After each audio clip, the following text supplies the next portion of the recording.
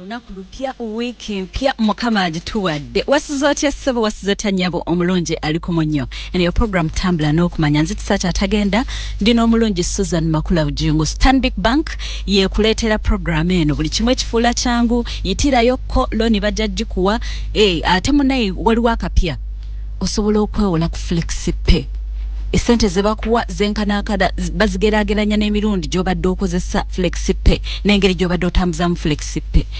Kakati olaba wobeera ngo bulijjo obadde ng'okozesa FlexiPay *290# n'ogoberera emitendera n'okola byonna by'okola n'osasula bills n'osasula URA n'ozimba Pentagon ebyo byonna by'obadde okola kati ne bagattagatta ne bagamba ono tusobola omuwaayo kasente n'obeera nga totawaanye nti ate ngende mu banka basooke bambuuze bingi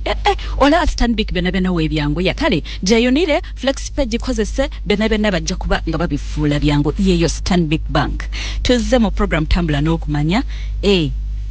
eno wiiki gye tukubye amabega ebaddemu activity nyingi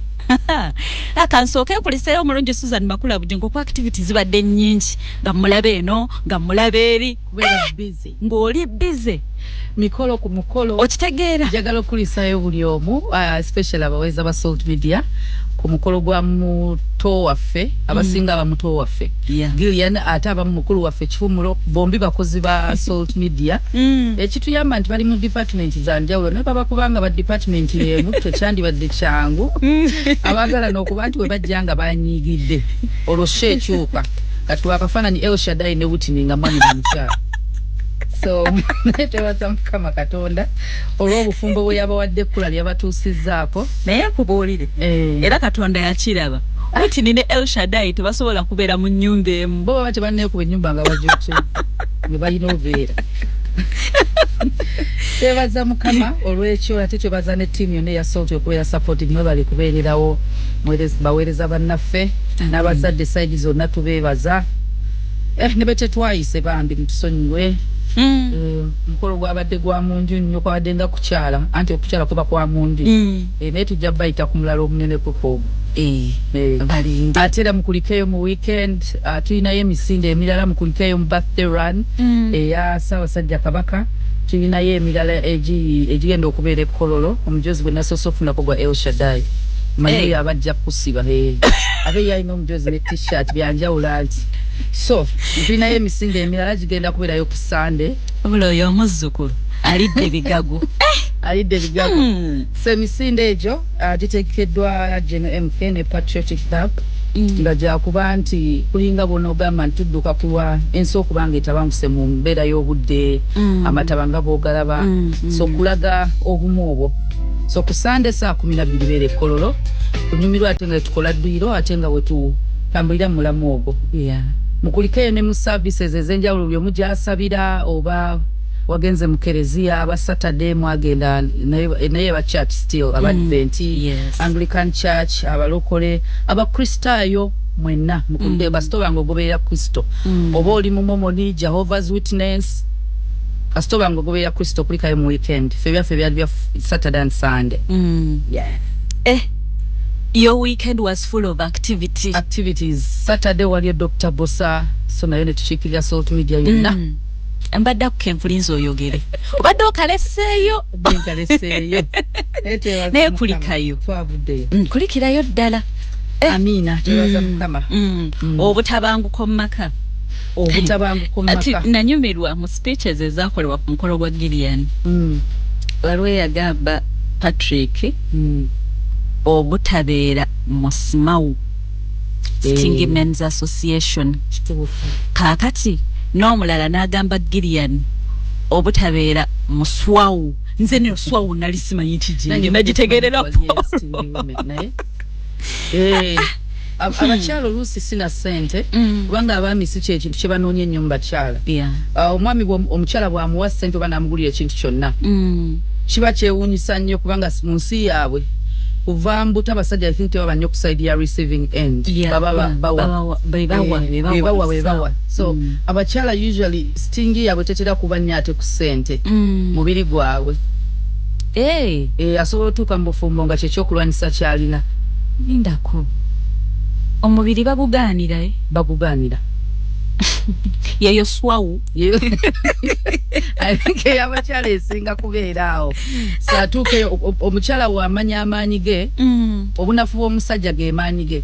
so kati bwakizuula nti omwami ekyo ekiseera bw'aba ayagala okubeera naye aba ayagala okubeera naye kyangu okosanga ekyokulwanyisa ate kwegamba obutabankono bwera busobola ovaawo n'okubanga baawukanidde ddala kubanga ate ekyo kya butonde kiri bidiriko bw'osoma 1 Corinthians 7:5 Katonda atulagira okubanga ekisooka emibiri gyaffe si gyaffe nga bw'olaba nti tosobola gutulugunya omubiri gwa munno kubanga gugwo n'ogugwe ogugwo naye gugwe so okubanga tumiitinga needs z'abannaffe sexual needs Katonda ekyo yakitusaba era akitulagira omuntu yenna tayagala kubanga amitinga sexual needs za munne waliyo qualifications waliyo obuvunanyizibwa obulala bw'osobola oyingiramu nga si bwa bufumbo waliyo obusista n'obufaatha ekyo ekyambalo kisa kyasobola okibanyonyola kirungi nnyo kirabika bulungi kiriko ebitiibwa kuliko n'ebitiibwa ebigirako bingi eryo ekkubo ly'oba okwata togenda kulumya baana Katonda amanye nti gwe omubiri gwe waguwaayo omuweereze kati naye ate bw'oba osazeewo okumuweerereza eno mu bufumbo then oyina okubanga omuweereza mu bufumbo so ate nga tukimanyi yatugamba mu Colossians chapter 3 verse 17 whatever you do in word or deed do all in the name of the Lord buli kimu kyokola manya kigenda weesa Mukama ekitiibwa so n'obufumbo bwaffe buno bye bintu ebimu ebibuulira enjiri omuntu asobola okwegomba obufumbo bw'omukristaayo nabeera inspired kubanga ekyo kyawa Katonda obufumbo buva Mukama ayagala ensi eyongera ebingi nnyo ebiriyo sense of belonging tufuna love nurturing eri mu family naye ate tumanye nti lyekkubo erizaala generation eddako so Mukama agikozesa akozesa obufumbo ddala nga platform y'okubuulira enjiri awo kanneebaze couples bambi abagezaako okukola ki okuinspiringa n'okuportrayinga obufumbo mu a good light banga ekiriwo ensangi zino kubeera discouraged mu bufumbo mu social media era kasita balaba nga waliwo kapa etandise batandika kimu it will end in tears kugamba balinga abagamba teri relationship teri bufumbo busobola kubeerawo nga tewali nnaku nga tewali maziga nga nti abasanyufu bakiteekerawo ddala nti abo they are pretending ate era teri ayagala ku promotinga bufumbo busanyufu obufumbo bwonna bulimu essanyu omuntu wabuteeka ku social media abeera ayagala era wali abagenda okuvaayo bano abaagala ebyonooneso abaagala okulaba abantu nga bakaaba bwe batyo bo bagenda kuvaayo boogere bingi naye omuweereza wa Mukama oyina okuba nga okirowoozaako nnyo nga tonayingira bufumbo nti kyogendamu buweereza it's ministry of a sort ate wali nzikiriza nze it's a calling wali abantu nga toli called omanyi obuweereza bwonna kibiyita calling obuweereza bwonna kyovola banti okubulirira kuno kuyina okubeerawo ng'omuntu tannawasa primary counseling eyebeerawo ne usually yesemberera emikolo abantu olede baba excited baba asazeewo dda nendoza mu church twetaaga okuba nga tujja tubuulirira abantu ku kintu kye bayita obufumbo nti obufumbo bwe butestinga fruits of the Holy Spirit patience self control bwe butestinga oba ozirina zonna so ojja kusanga nga essanyu nayo lijja kubeera tested buli kimu kigenda beera tested but ekintu ekirungi ekiri mu kasita muyingira nga mwenna mwetegesa okubeera nga mugenda mubeera committed mwetegesa okucompromisinga kubanga ebyo ebibiri bitawaanya abantu nti obufumbo bugenda kwetaaga compromise bugenda kwetaaga commitment bino ebya love waliwo love yes eyakatonda naye waliwo feeling eyo gyoba nayo etera kubeerawo mu stages ezo ng'ebintu byonna binyuma omusajja tannabeera so busy nawe tonnazaala ogenda olaba nga love y'omukyala eringa ezze ku side y'omwana so love eyo emanyi okubanga oluusi otagiwulira nagiwulira nti weeri kubanga munaasobola okunyiiza fluctuating eringa siringi naye ekintu kye bayita commitment bakitendeka bakisomesa nti omuntu alina oyiga okubeera committed atandikire no nga tuze twogera nti commitment y'omuntu tandiko gyesomesa yiga okubeerako mu kifo kimu okumala ebbanga eriwera wadde waliwo obuzibu yiga okubeera mu mbeera bwe batagenda kutta tandikire eno beerako ku mulimu okumala emyaka 3 nga tokyusizza mulimu olawo bonoofa. Learn to commit. Yigako kubeerako n'omukwano ne guweza omwaka gumu myaka 2 myaka 3 nga muli ba mikwano. Kubanga ebyo byonna byebimu n'obufumbo ogenda beera tested. Omulimu guliko ebizibu. Emikwano girina ebizibu. Giri challenging. Kati bono osobola okwenduring oba nobeera patient n'abantu abamu no tolerating empisa ezimu mu mikwano gyo ne bakama abo ne bokola nabo. Kyangu okubanga ekyo kifuka kitundu kugwe jukira kye bayita habit oba kye tuyita omuze tekijja lunaku lumu. Yeah, it doesn't. Ekintu ojjo kikola. So ekintu okutuuka okubeera ekitundu kugwe kirina okubanga ozze ebbanga okimanyidde obanga emulya mwenna ogenda okulaba nga gamba bwaba mami akiridde ndowooza kiwooma nange kankirye kati munaye totawaana ba fit food babituleetedde byonna kubanga twagala obeere maama owakabi. Yes, tukomyewo tuli mu program tambula n'okumanya obutabanguko lusobolera ddala okubwewala. Red flags zibeera wabeerawo era obulaga nti ono gwe ngenda naye wetegereze mu dating amaaso gakanule totunula butunuzi. So jasanga abantu abamunga ekintu wali ekintu kye bayita compromise kwekiriranya ne wekiriranya muko oba ne werekereza ebintu ebimu mu bufumbo gye kiri kisuubirwa. Yes, nti ojjatuuka nga waliwo embeera ng'olina okwerekereza ne kyobadde oyagala okukola olwa munno. Kakitandikira eno nga tukyayagalana tojasanga ng'omuntu yes wadde oli busy era buli omu akimanyi ne girlfriend wakimanyi oba boyfriend wakimanyi nti toyina ddala budde naye ojja kwesanga ng'ojja kukwatako ekintu ekimu otandikira eno prioritizinga nti ojja tuuka olabe kati mu bino ebintu byonna meetings zonna ze nnina mu lunaku eriwa gye nsobola okuyimiriza ku lwa munnange. Ebyo byogamba nti omuntu talina budde tebiriyo bikola ng'oli single toba na budde oli wadde mbobuta meeting a girlfriend manya muntu yenna oli wadde menebo oyingira ogenda kola decision y'okubanga owasa oba ofumbirwa ojja kwesanga ng'ebintu ebimu kati nja kugereza obudde bwa mukwano gwo osobola obuyimiriza n'obuwamu omwami oba n'obuwa omukyalawo. Yes, wali abantu takyali important. No, waliwo abantu nga mbufumbo babeera bonna naye ng'omwali mu isolation. Okay. Ng'omwali alinga bambi balinga ba roommates nti mujja ne mweraba ku ssaawa za kwebaka ne mwebaka ku makya ne mufuluma ne muddamu era ne mweraba ku ssaawa za kwebaka essaawa ezo ez'okwebaka olunaku luno lwonna bwe musibye nga temuli mwenna nga temutegeddeko na muno buli omu bwali kubanga bwe tugamba obudde buyinza okuba sibuna bwa kusinkana batutoka on phone nga kwogera bwogezi ku ssimu nogamba munanka mu eddakiika 10 nveeko ku byonna byenkola ku mulimu ne mwogera. Onzijukiza akantu kuwa tugamba mukko nti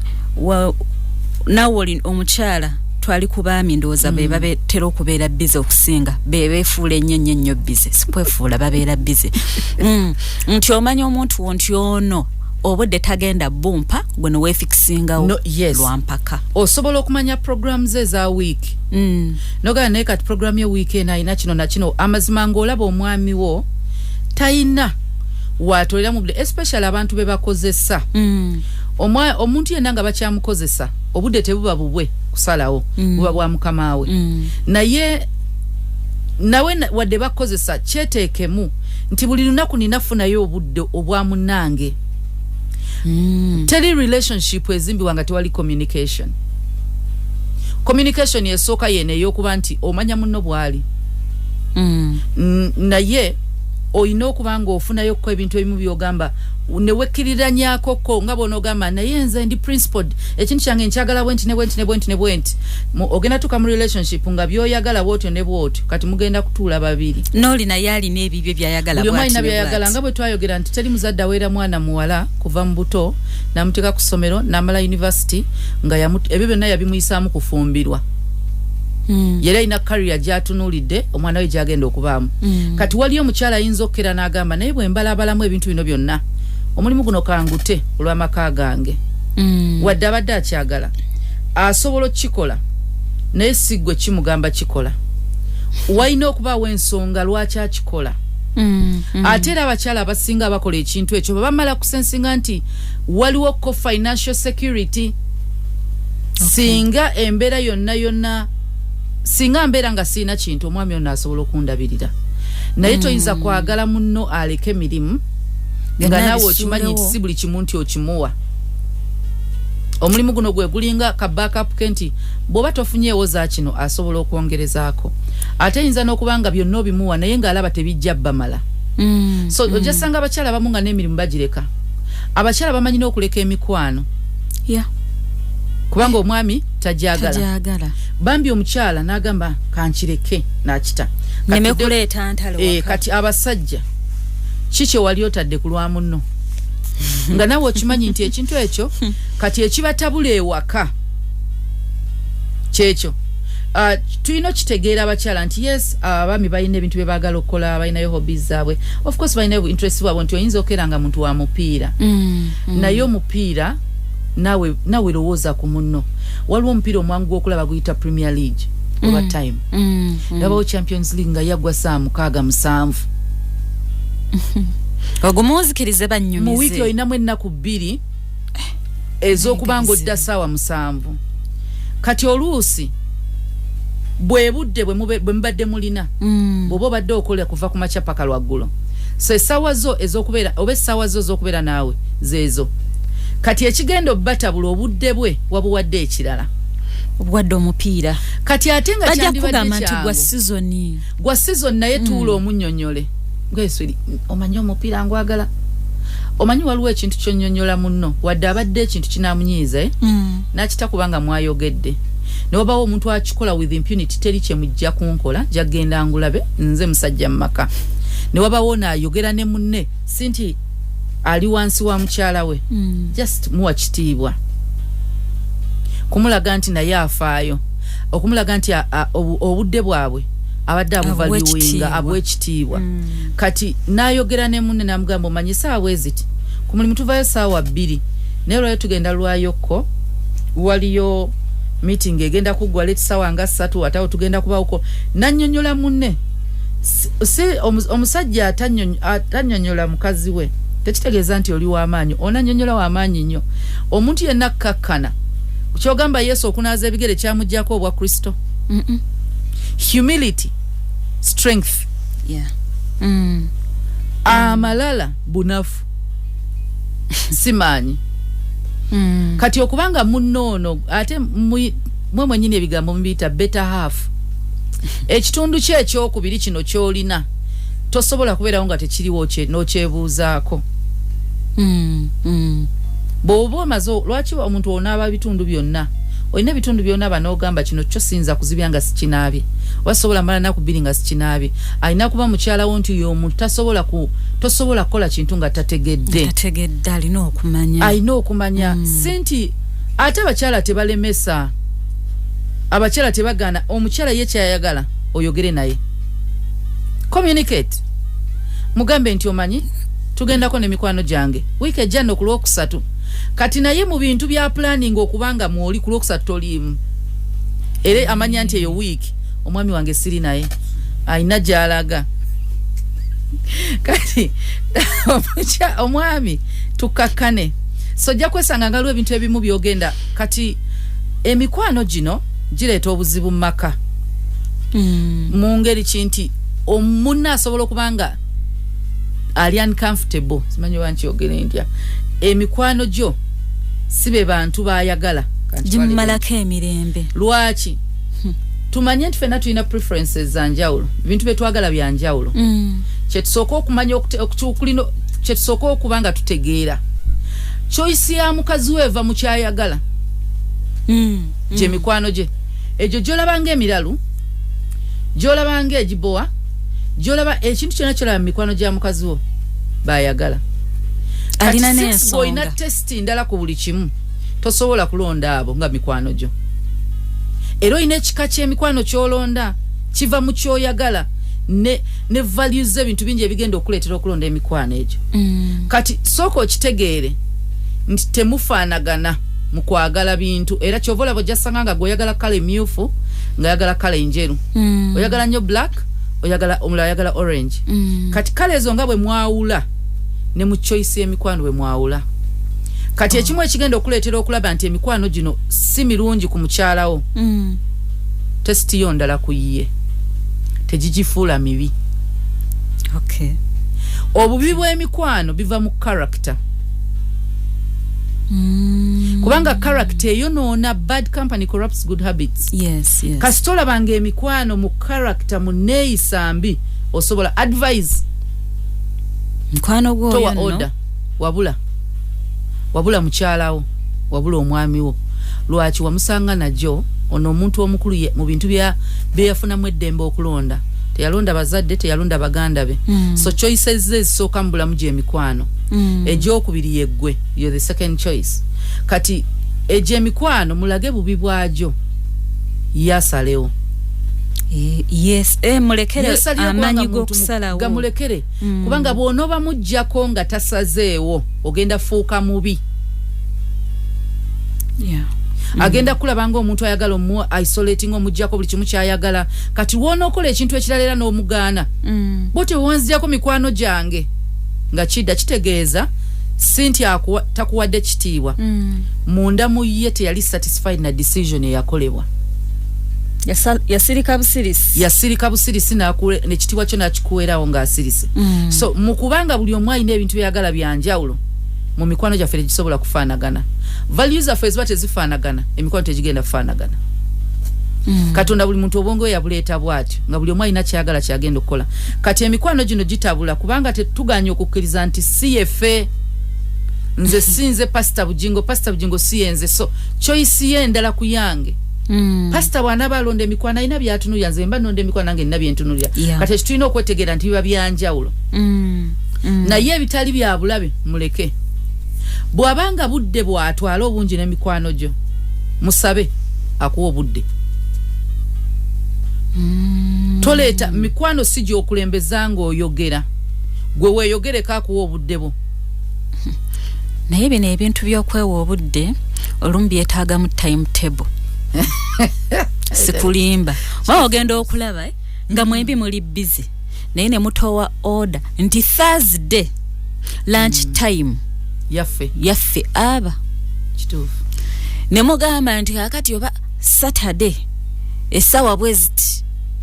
awo ne mumanya nti awo nga bw'obeera ku mulimu nti no nina okubeera nti ssaawa 2 ntuuse neewali nga bwe kiri nga gulinga mulimu. Tulina kyeteekamu nga nagwo gulinga mulimu nga bw'ogambye nti omuntu akimanya nti Saturday ne Sunday lwali off, olunaku olumu nga talina kintu kyera kyonna, pozi nga mukyala amugambye agenda otambule, obanga alina mu time ene eya family ereeta okubondinga abantu okuba nga mumanyagana nnyo. Wali abantu nga bawezezza emyaka 10 mu bufumbo nga tebanneemanyanga era bakyayomba oba biri lwaki, waliwo ebikyakusurprisinga nga byali tebirina kusurprisinga, wali olina bitegeera ku myaka ene egy'obufumbo. Yabikweka abamu tebabikweka, tetwalina budde bubitegeera. Was it an arranged marriage? Nga tofunye budde bubitegeera. Bya arranged marriage bw'otamanya bintu. Kati okwewala okulwanagana ebintu ebitabula abafumbo, emikwano gy'abannammwe mugyesonyiwe, bw'oba ogirinamu obuzibu munnyonnyole omugambe naye olw'ensonga eno tolaba kino kyandikyuse mugolaba otya. Munnase ogamba bujjo nga takiraba nakiraba. Kati waliwo emikwano abakyala abaami tebayogera nga bwe tuwogera. Omwami asobola okugamba naye mukwano gwoyo mbadde saagaladdemu kujja wano, nakoma toyomba. Buuza lwaki, mugambe lwaki. Waliyo abawala nga beetega bbaawo nga tagenda kigamba direct nti oyo mukwano gwo yansitamidde. Ayinza okugamba naye mikwano gyo nga tegyambala bulungi, he's tempted. naye talina wagamba nti tobazza, talina oluusi ayinza okugamba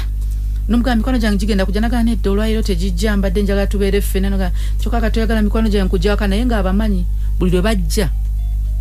waliwo ekigenda maaso either ye bamwegwanyisa oba yakemebwa kati nga akutaasa nga bakwano ate emikwano mubere babuvunanyizibwa teri agenda maaso ne bweba outing yonna ne bweba ya birthday chikachi nga waliwo bba wa muntu ekintu kyoyina okusooka okwegendereza yennyambala yo. It's a sign of enyambala yo era kabonero ko okulaga nti omuntu omusaamu ekitiibwa gwe kuba akafaananyi n'ogenda okulaba Ssaabasajja Kabaka ng'oli mu ka short katandikirawo nyazaalawo ng'oli mu ka short oba ka skirt kampi kakomeno mu hips wandigendemu mu kirabu. Lwaki we tuba tugenda maaso g'ababba abakwano baffe twagala okwambala ennyambala eringa egenda mu bbaala egenda mu club. Lwaki ono mwami mwa munnammwe mumuwe ekitiibwa. Amaaso gano mazibu nnyo teri agafuga. Bw'ona owulira ensowera nga ziwuma awantu we ziba lwaki okyuka olingiza ensowera zibeera awantu waliwo ki bichafu. Kati omuntu yenna we mujja nga mwambadde bwe mutyo amazima kizibu nnyo bba wa munnammwe obutabatunuulira naye mukigeme so that amaaso ge gaba ku mukyala we. Lwaki mwagala attention ku lunaku olutali lwammwe? Mukwano gwammwe abayise mujje tugende out mwambadde ennyambala nga attention egenda kubeera ku mabeere gammwe na bisambi byammwe. Mukwano gwammwe baawa ali awo abasinga babeera uncomfortable abaami era genderera pati z'abakazi bwe ziba omusajja asobola okujja nabeerawo ko eddakiika n'asiibula ali uncomfortable emboozi ali uncomfortable emboozi zemunyumya. Kati abawala bw'otuuka awali bba w'omuntu mwe kifaananyi kya mukwano gwammwe baawe kyalaba baawe bwe mweyisa alowooza ne mukazi we bwe yeeyisa. Ekyo mulino kiteekanga mu mutwe nti bwe mumuwa ekitiibwa amanya ne mukyala we bw'ali muntu mulamu wammwe mbuulira gw'oyita naye. Buli lwe mubeera mu mboozi ez'ekisiru eziwemula ezireekaana muleekaanira waggulu mukola ki ng'atudde bw'ati agenda keragambe gye emikwano sigyagala. Lwaki? Character. Kati ne bwe muba muyina waliwo ebintu bye mukola nga muli babiri emikwano gwammwe ekyo kikkirizibwa. Naye bwe mubaamu omuntu yenna omulala nga si munnammwe asobola okuba sinabba wa mukwano gwammwe any person nga si mukwano gwammwe mukyuse emboozi zammwe kubanga omuntu olunaku lw'abalabye agenda lowooza bwe muli.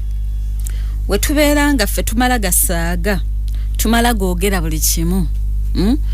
wabeerawo abantu abatatumanyi abatali bannaffe kyeteekemu olwo tukyuse. Nze sisaagira wali mwana wa muntu na bbaawe na mukyala we omuzannyo gwonna tugenda guzza eri ebbali. Nina mukwano gwange for over 16 years nga tuli ba mikwano buki tusobola okuba olwali pastor bw'abaawo buki yeyisa bulala mukazi we bw'abaawo saagala muwa impression nti tuyinza n'okweyagala. Olwali lwonna lusiizinga ne bw'asaagera nseka obusesi ngende ewuwe ntula mu kifo ekyo mu ntebe wampadde otuula seetala ennyumba si yange ffe kimuteekawo ebyokunywa ebikopo byammwe biri luddawa bannange ennyumba ya mukazi si ya mukwano gwo. Kati nammwe muyingira mu maka ga mukwano gwammwe si gage gabbaawe ekyo mukiteeke mu mutwe wadde mukwano gwammwe especially nga waali bw'aba taliiwo musobola okwegazaanya buli kimusobola okikola naye ate mumanya yemukoma nti respect temuzanyira mu kisenge kya munnammwe ekyo kiba eyo ye rumu endala naye muyina omanya we mukoma. Kati emikwano gino gireeta obuzibu kubanga ffe emikwano tudisplaying ekintu ekireetera omwami ono okulowooza nti mukazi we tugenda mwonoona. Muyina emboozi zammwe zemubeeramu emboozi z'abakyala abamu teweetaga zituulamu. Omwana yawadde speech. Ne bwe baba balina ssente mmeka. Omwana yawadde speech ku mukolo n'agamba ffe tuli bakwano bo naye totusembeza nnyo ewakaawo tugeya. Bwe kiri tugeya ojja kuvaawo tukugeye. Bwe kiri olina w'olina otuuka nga oyina okulaga kati kankubuli olaba emikolo egyo emikolo buli we bayitayo emikwano gy'omugole oba mulenzi oba muwala abazadde nga batuula batunula balabe tebabamanyi jjukira emikwano gya family nga nagyo gituula ba spiritual leaders nga batunula bambi alina emikwano emirungi alina emikwano emibi baawo ng'atunula naye bonna ntikolo lwabategeera obanga olwadde ebajja ne baleeta agaboozi ne mulyoka mujja mu ddwaliro ne mulyoka mukola buli ffujjo ne mulyoka mumujerega nga baawo ali awo tebajerega mukazi w'omuntu nga baawe waali tebajerega mwami wa muntu nga mukazi we waali ne mulyoka mumukuba olwali olwammwe waliwo olwali oluba olwaffe waliwo lwe tubeera waliwo ebyaffe nga byaffe ki we tubeera nze nina abantu nga either twenkana oba musinga obukulu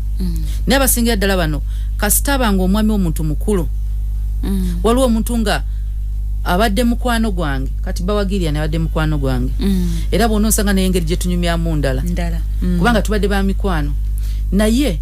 waliwo omulala gw'ensanga kasita mba nga tetwali ba mikwano toli mukwano gwange forever bawa kisa kye talibeera mukwano gwange tomumanyi namumanya bapavi ntalibeera mukwano gwange bawewiti ntabe bonna abasinga bakola wana abasinga nga bawosaamu manya before you taba mukwano gwange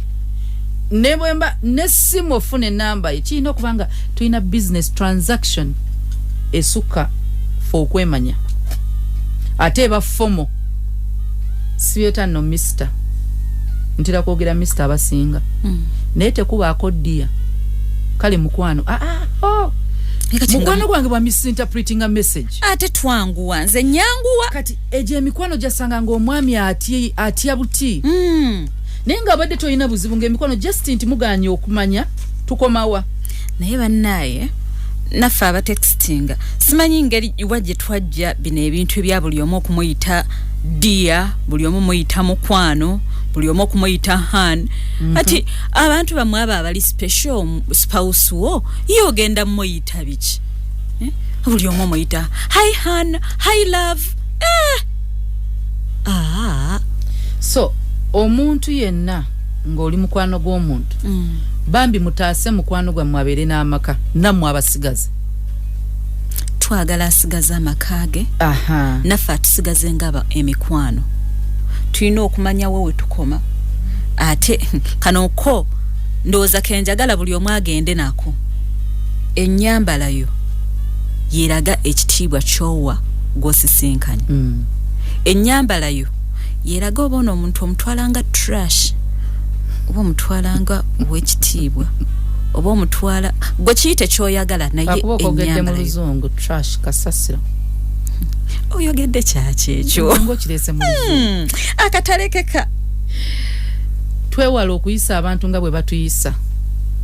kubanga tetuli bo enkuza yaffe si y'emu